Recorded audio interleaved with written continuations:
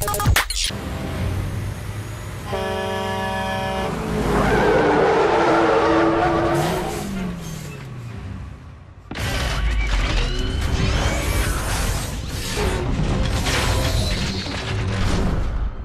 name is Optimus Prime, and we need your help.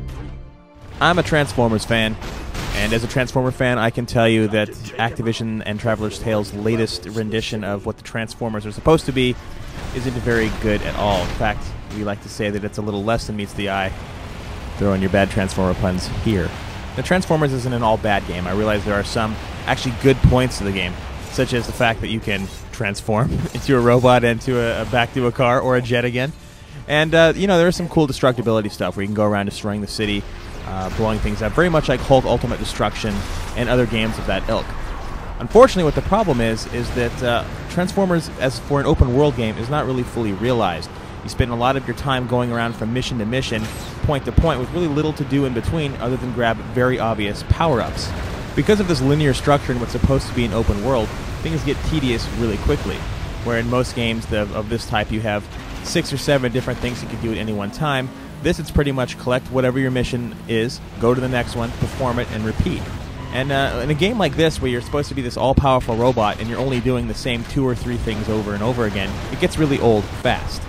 So what is it that you're doing over and over again? Well, basically, there's 3 different types of missions in Transformers. The first is your standard race type, which basically moves you from point to point, going from checkpoint to checkpoint.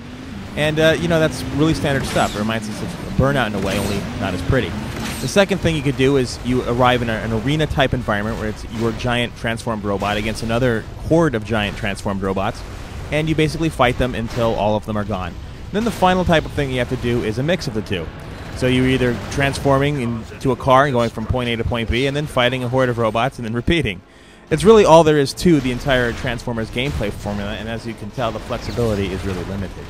Perhaps the most amazing thing about how Transformers works is, the best part about being a Transformer is you have all these badass guns and weapons that you can use on the buildings and all the other little things that are around you, but not on the enemies themselves.